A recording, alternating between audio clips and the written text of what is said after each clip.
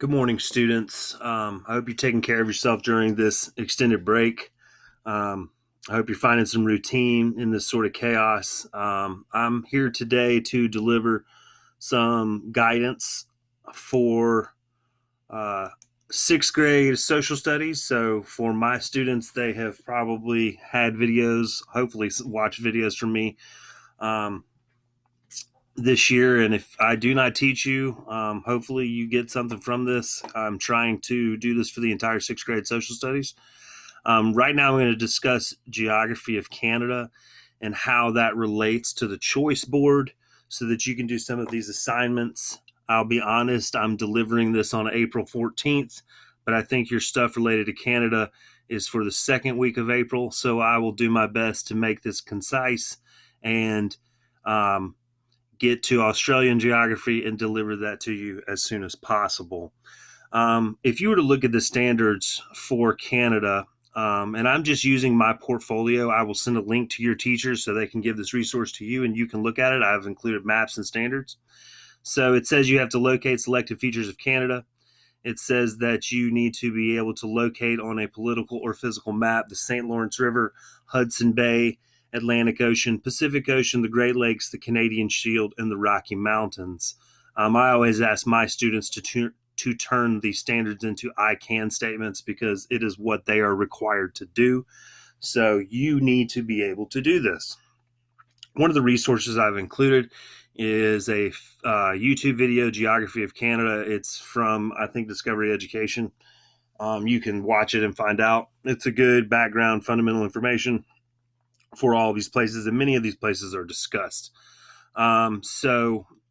Shepherd Software. This map is from Shepherd Software, and it has a lot of the physical features that we talk about. So specifically the Canadian Rockies to the west and the Canadian Shield that sort of forms around the Hudson Bay, St. Lawrence River Basin, the Canadian prairies, which is much like the Midwest. And then if you didn't know this, the Appalachian Mountains also go up into Canada.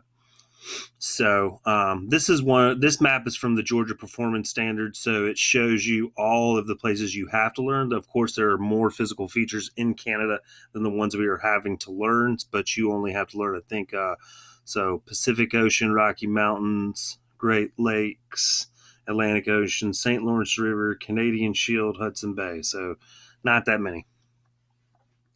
I included on this link, I included Google Maps. So you can, if you go to the view larger map right here, you can go and check out these places in the St. Lawrence Seaway. I also included, let's see, this one is the Hudson Bay, but it turns out there are so many things named Hudson Bay. So if you were to click on it, I would encourage you to click on the red one right in the middle of Hudson Bay. There are Hudson Bay restaurants, Hudson Bay hotels, Hudson Bays. There's a Hudson Bay in England, an actual city. So if you do use Google Maps to locate the Hudson Bay, it can be a tiny bit challenging. So not too much, though. Atlantic Ocean, that goes back to your fundamentals of knowing the oceans of the world. I believe you learned that in probably third grade or so, maybe earlier. So the Atlantic Ocean borders Canada. Pacific Ocean also borders Canada to the west. The Great Lakes, we share that as a boundary with Canada. The United States and Canada share that. The Canadian Shield, which is more of a geographic region than an actual specific geographic feature. It is sort of like a horseshoe shape around the Hudson Bay. The Canadian Shield provides a lot of natural resources, mining, timber, gold, silver, diamonds, oil, things like that.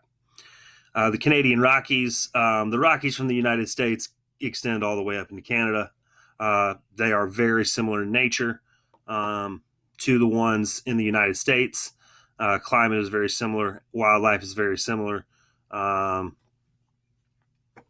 So you have, if you know anything about the Rocky Mountains in the United States, you should have some sort of idea what they're like in Canada.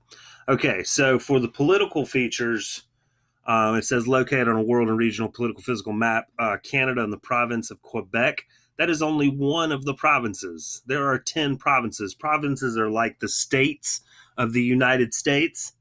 They are larger than the states. They're more, along the size of Alaska, Texas, or California. Many of the states of the United States are not that big. So the provinces in Canada are larger typically than the states of the United States. Quebec is over here to the west. Quebec is French speaking. Quebec's capital is Montreal.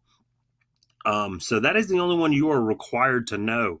I would encourage you to try to memorize some of these other ones.